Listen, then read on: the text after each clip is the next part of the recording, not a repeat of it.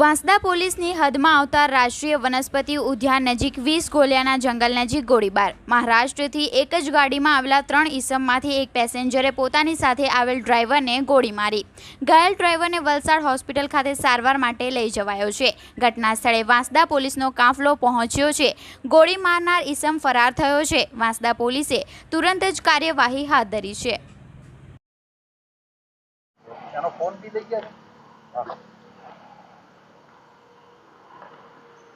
Number મળી ગયો।